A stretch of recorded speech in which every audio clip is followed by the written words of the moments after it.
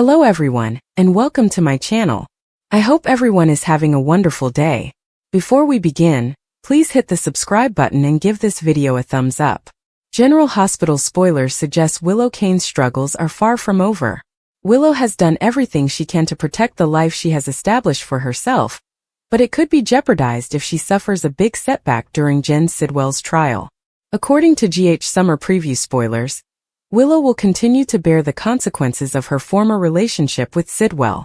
That relationship is going to haunt Willow, and she will be held accountable in some way. Since we know Sidwell's trial is approaching, what if Willow is subjected to a dreadful exposure during it? Willow was up to her eyeballs in Sidwell drama after agreeing to his fake stroke plan and relying on his paralytic doses to keep Drew Kane unconscious. Willow certainly wants to keep the news hidden, but there's no assurance she'll be able to do so indefinitely. That is more true now that Drew has regained his ability to talk and could potentially spill everything he knows. Of course, there is some lake disturbance to begin with. Drew is bound to wind up in the sea in a fight for his life, so we'll see if this causes any recuperation difficulties. Willow may finally receive the leverage she needs from Jack Brennan after he bargains with Valentine Cassadine, but that may not be enough to keep Drew silent in the end.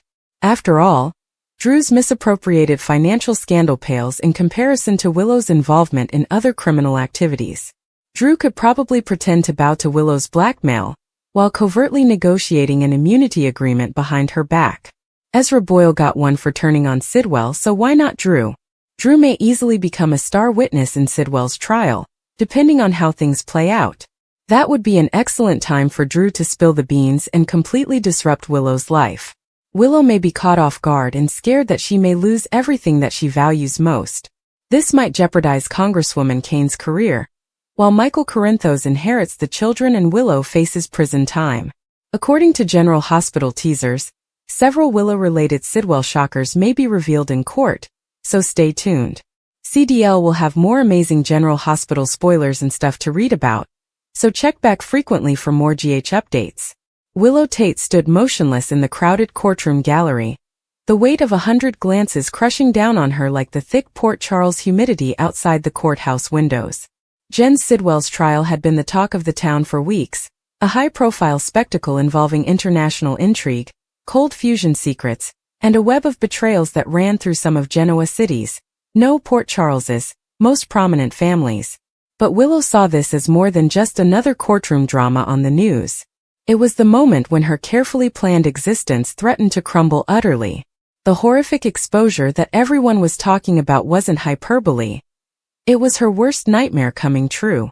Willow's heart raced as the prosecutor presented additional evidence.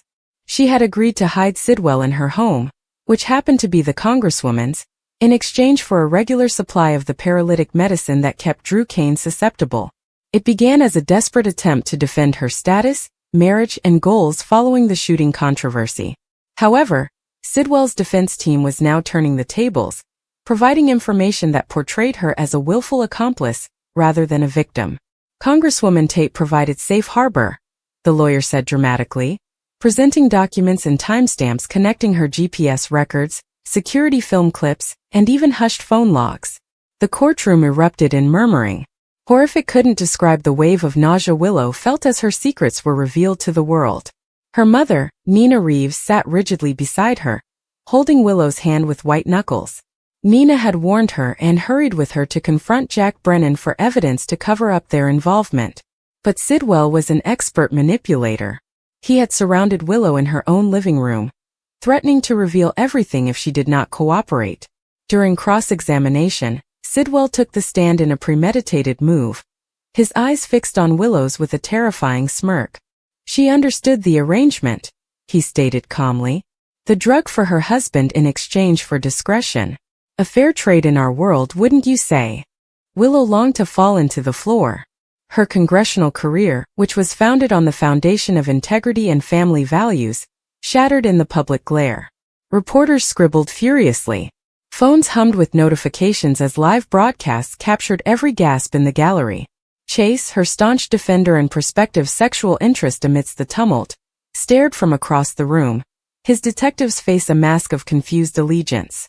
He had previously arrested Tracy Quartermaine on Willow's behalf, straining family connections, but this exposure was considerably more serious. How could he still stand by her now? The trial probed farther into the internet. Willow was linked to the framing attempts around Jordan's vehicle accident. Brooke Lynn Quartermaine and Lucy Coe had devised a plan to make Willow appear to be the hit-and-run driver who fled the scene, falsifying GPS data and cell phone records with the help of murky connections. However, Sidwell's revelations distorted the narrative even further, implying Willow's role was not passive. Digital footprints, previously rejected, suddenly connected her to Brick's network in ways that terrified the jury. Willow's SUV records were subpoenaed, revealing abnormalities that indicated she was near the collision site despite her alibis at the Quartermaine estate. "This is a setup," Willow had protested during earlier interview with ADA Justine Turner, but the growing evidence made her denials hollow. Willow was overtaken with flashbacks as the proceedings continued. She recalled the night Sidwell appeared at her door, Drew unconscious in the other room. The terror, the calculation. She had rationalized it by citing the need to safeguard her family and secure Wiley and Amelia's future. However, the paralyzing doses kept Drew dependent, a secret that threatened to burst. Michael Corinthos, ever the schemer, had been working angles against her, possibly providing information to the prosecution. Nina's desperation had driven them both to riskier partnerships, including conflicts with Valentine Cassadine and Carly Spencer. The expose was horrible because it was not only legal, but also personal, ripping open wounds from Willow's history as a nurse, mother, and woman who had fought her way out of Harmony Miller's shadow and into authority. Willow approached the journalists outside the courthouse during a recess. Microphones were pressed forward, questions flying. "Congresswoman, did you harbor a fugitive? Is your husband's paralysis related to Sidwell's cold fusion plot? What about the accident cover-up?" She pushed through with Nina's arm around her, but the damage had been done. #Willow exposed and #Sidwell trial scandal became popular hashtags on social media. Her congressional office received calls for resignation. Supporters became dubious. Opponents smelled blood. Back inside, the defense maintained its tactic of mutual annihilation. Sidwell described how Willow initially threatened to contact the police, but eventually succumbed under pressure. He produced a recorded discussion. How had he obtained it? And her voice wavered in agreement. The terror grew when personal facts emerged. Her concerns about Drew's rehabilitation, her political goals clashing with maternal responsibilities, and even clues of her tangled relationship with the Quartermaines and Corinthos clan. Brooke Lynn's framing strategy failed dramatically when it intersected with Sidwell's evidence, making Willow look as both victim and offender. "She played both sides," Sidwell said, his voice tinged with false sadness. Chase took Willow aside during another break, his gaze fixed on hers. "Tell me the truth, Willow. All of it." She sobbed, admitting fragments. The drug exchanges, the dread of losing everything, and the brief collaboration with Sidwell to keep Drew safe. Chase's face hardened, yet love remained. As a cop, he saw the lines she violated. As a caring man, he hoped redemption was possible. Meanwhile, Sonny Corinthos remained in the background, outraged at Sidwell's escape and the continuous threats, working with Dante and Laura Collins to wrap up loose ends. Lucas Jones, fresh from his own encounter with Sidwell's brutality, provided medical knowledge on the paralytic, further incriminating Willow's supply chain. The trial's climax built up to verdict day. Willow entered the stand, her testimony a mix of weeping confessions and strong arguments. "I was protecting my family from a monster," she explained, her voice cracking. However, the prosecution deconstructed her with timestamps, financial records, and witness statements from home employees who witnessed Sidwell's movements. The horrifying exposure peaked when video evidence emerged, grainy but damning, of Willow delivering the medicine to Drew at Sidwell's order. Gasps filled the room. Nina wept freely. Drew's long-standing private battle became tabloid fodder. Willow's world shrank following the shattering testimony.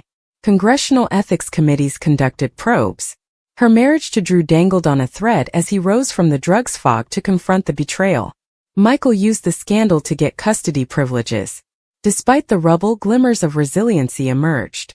Trina Robinson offered Willow loyal friendship, reminding her of her progress beyond past faults. Portia and Curtis handled their own guilt and connections, with Curtis publicly defending Willow against Isaiah's charges in similar cases. Sidwell's conviction appeared imminent, but his revenge scheme persisted. He had planned escapes and hidden conduits for resources, with a specific focus on Sunny, Laura, and Lucas. Willow's disclosure, while terrible, unintentionally hampered some of their efforts by attracting law enforcement attention. Anna Devane returned to Port Charles, and her investigative skills aided in unraveling the web.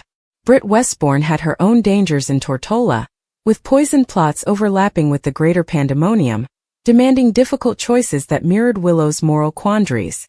Willow withdrew to her home, which was now under increased surveillance, weeks after the trial's crucial findings were made. The horrible exposure had stripped her bare, revealing her ambition, fear, and compromise. However, as is typical of soap operas, it inspired metamorphosis. She confided profoundly in Nina. Healing mother-daughter rifts formed through lying. Chase stood by tentatively, their bond strengthening through shared vulnerability. Political friends backed away, while grassroots supporters rallied behind themes of redemption and family protection. Drew's recuperation prompted unpleasant conversations. "You kept me trapped," he said, but Willow's explanations of horror and love exacerbated his rage. Legal fights raged on, defenses against the framing, countersuits, and ethics hearings, but Willow emerged wiser but wounded. The Sidwell trial did more than just expose her. It also forced Port Charles to confront the cost of its power. As summer heat enveloped the town, new alliances emerged. Sonny enlisted Jason and others in his plan to combat remaining threats. Lucas and Marco negotiated their relationship through family drama. Jocelyn's personal rescues and entanglements provided a distraction. Willow's journey forward included humility, therapy sessions that addressed her need for control, and a fresh focus on her children. Yes, the exposure was horrific, a public flaying of her flaws, but it made way for authenticity. Willow mused quietly on the letter-like solicitations and threats that marked her ordeal. Sidwell's influence had been poisonous, yet surviving required discarding illusions. Port Charles never forgot scandals, but it enjoyed comebacks.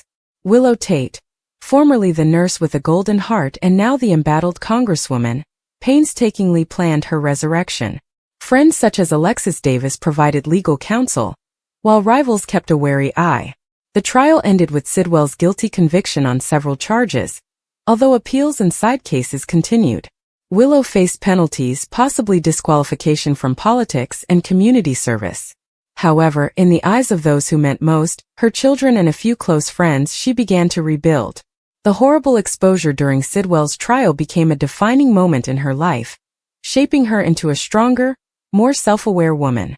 Port Charles, ever restless, moved on to the next drama, but Willow's lessons remained, molding every subsequent decision in the spotlight she once desired. The courthouse in Port Charles had seen several dramatic trials over the years, but none had garnered as much interest as the case against Jen Sidwell. Reporters lined the courthouse steps before morning, television cameras filmed every arriving witness, and curious people gathered outside to catch a peek of the city's most notorious figures. Tension permeated the entire courtroom. Every seat in the gallery was taken, and whispers rippled throughout the audience as another recognizable face entered.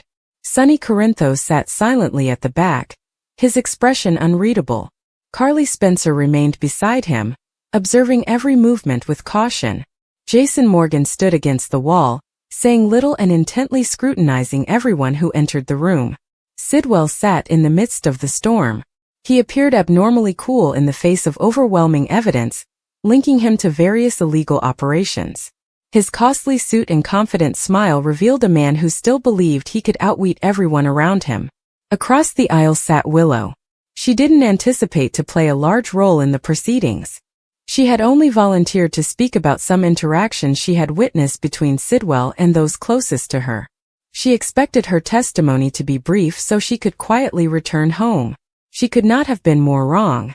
The judge called the court to order, and the opening speeches started. The prosecution painstakingly described Sidwell's alleged network of intimidation, financial manipulation, and violent crimes. Prosecutors recounted years of premeditated deception that had resulted in several victims throughout Port Charles. Sidwell's attorney reacted confidently. He argued that all accusations were based on untrustworthy witnesses, emotional assumptions, and circumstantial evidence. He said that the prosecution had created an elaborate scenario rather than presenting indisputable evidence. As witness after witness testified, the trial seemed to favor the prosecution. Evidence accumulated steadily. Documents, financial records, telephone logs, security footage. Everything pointed to Sidwell. Nonetheless, his counsel appeared unconcerned. Anna Devane spotted it right away. He removed several documents. The court demanded a sidebar conference. After a few anxious moments, the attorneys reappeared. The judge only allowed a limited amount of messages into evidence. Willow looked uneasily as pieces appeared on the courtroom monitors. Several talks indicated instances in which she purposely concealed vital information from family members. Not crimes. Nothing illegal. But lies. Small ones. Painful ones. Personal ones. The attorney turned to face the jurors. Would you agree that these messages show you withheld the truth from those closest to you? Willow swallowed hard. Yes. So deception isn't entirely foreign to you. They were personal matters. But they were still lies. Silence. Nonetheless, the defense pressed forward. Mrs. Corinthos, why didn't you immediately notify police? I thought they were fake. You assumed. Yes. You destroyed them? I deleted them. Without informing investigators? I didn't think they were real. The attorney nodded. Again. You made that decision yourself. The jurors listened attentively. Even though no proof accused Willow in illegal activity, each revelation depicted her as someone who made questionable decisions and withheld facts. The emotional burden became unbearable. Willow strained to remain composed. Her hands trembled. Her voice crackled repeatedly. Michael watched helplessly. Every instinct told him to object, intervene, or somehow defend her. But court procedure rendered him impotent. During a brief break, Carly approached Willow in a private conference room. You don't owe anyone perfection. They think I'm lying. They're trying to make the jury think that. They're succeeding. Carly gently gripped her hand. They're targeting you because Sidwell's case is unraveling. Willow nodded slowly. But it still hurts. Back inside the courtroom, the prosecution tried to heal the damage with redirect examination. The prosecutor gently inquired as to why Willow had withheld key things. I was ashamed. Why? Because every mistake I'd made seemed to hurt someone I loved. Were you attempting to protect Sidwell? No. Did you ever knowingly help him commit a crime? Never. Have you lied today under oath? No. Her replies sounded real. Steady. Heartfelt. The jurors seemed attentive. However, the emotional scars remained obvious. Sidwell calmly watched the entire encounter with satisfaction. He had gotten exactly what he wanted. The spotlight had shifted. Instead of examining his alleged offenses, everyone was debating Willow's credibility. Outside the courthouse, news coverage erupted. Television commentators examined each response. Social media exploded with speculation. Some people defended Willow, claiming that personal mistakes had nothing to do with Sidwell's culpability. Others questioned why she withheld information from investigators. Within hours, headlines on the internet said that Willow had been humiliated in public throughout the trial. Back inside the courtroom, Anna maintained her focus. She recognized something that many others had neglected. The defense had not refuted a single accusation against Sidwell. Instead, they had focused nearly entirely on creating confusion. During closing statements, the prosecution reminded jurors of just this. Being imperfect does not imply dishonesty, the prosecution said as he moved slowly in front of the jurors. Every witness who entered this courtroom had personal flaws. He glanced directly at Willow. He pointed to mountains of evidence and said, "They are human beings. Financial records don't lie. Ballistics don't lie. Phone locations don't lie. Business documents don't lie. And those documents consistently point toward one man." He looked toward Sidwell. The defense responded by claiming that reasonable doubt existed since multiple witnesses, including Willow, had changed details over time or failed to divulge everything immediately. The jury retired for deliberate. Hours have passed. Families waited anxiously throughout the courthouse. Willow stayed strangely silent. She asked each question repeatedly, every hesitancy, each uncomfortable admission. Michael sat near her. You told the truth. I didn't tell all of it at first. You corrected it. I still feel exposed. He nodded gently. That's exactly what they wanted. Later that evening the jury returned. Everybody stood. The courtroom went utterly silent. The foreperson delivered the verdict document to the judge. Prior to reading aloud, the judge carefully scrutinized it. The jury convicted Sidwell of several key offenses. A flood of emotion washed over the courtroom. Some victims wailed softly. Others embraced their loved ones. Sidwell's confident expression finally faded. Even as justice appeared to prevail, Willow felt no relief. The verdict could not undo what she had been through. Her intimate decisions, traumatic experiences, and personal shortcomings had been exposed to strangers in the most public way possible. Outside the courts, reporters quickly swarmed the family.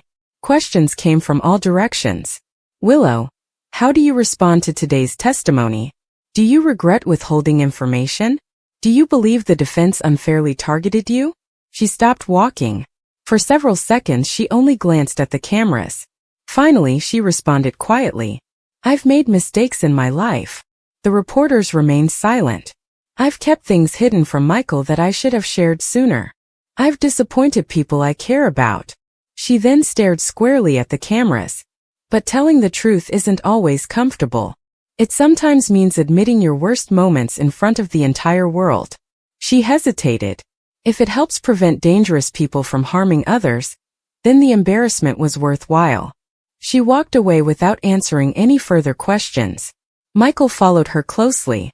Anna looked quietly from across the street. Dante joined her shortly later. Do you think she'll be okay? Anna considered the subject. Eventually. What she went through today would have broken many people. Anna nodded. But she kept telling the truth even when it hurt. As the courthouse lights darkened and the people dispersed into the Port Charles darkness, Willow realized that public exposure may be nearly as devastating as betrayal itself.